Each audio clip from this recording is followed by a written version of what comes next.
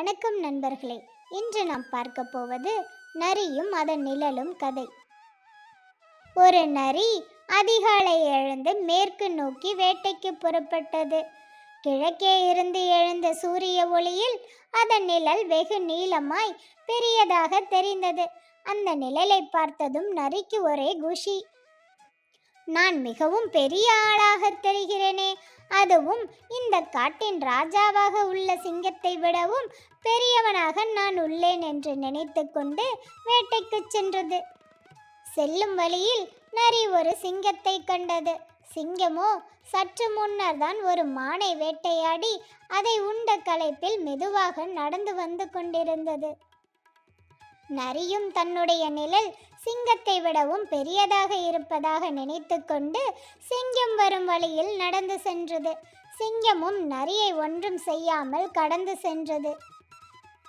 நரிக்கோ மிகவும் சந்தோஷம். நான் சிங்கத்தை விடவும் பெரியதாக இருப்பதால் தான் சிங்கம் என்னை கண்டு பயந்து சென்றது என நினைத்து கொண்டு அன்று மாலை தன்னுடைய வீட்டிற்கு சென்றது.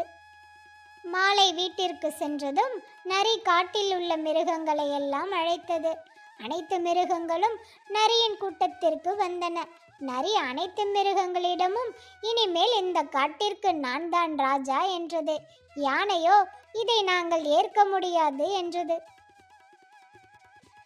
உடனே நரி காலையில் நடந்த சம்பவத்தை கூறி சிங்கமே என்னை பார்த்து பயந்து சென்றது என்றது.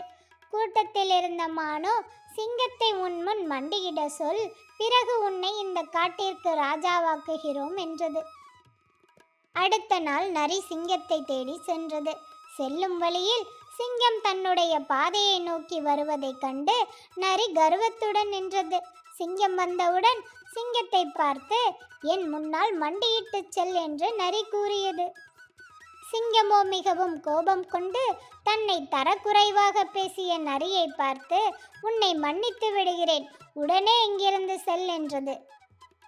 நரியோ சிங்கம் தன்னை கண்டு பயந்து விட்டது என நினைத்து முடியாது என்று பதில் கூறிக்கொண்டே தன்னுடைய நிழலை பார்த்தது.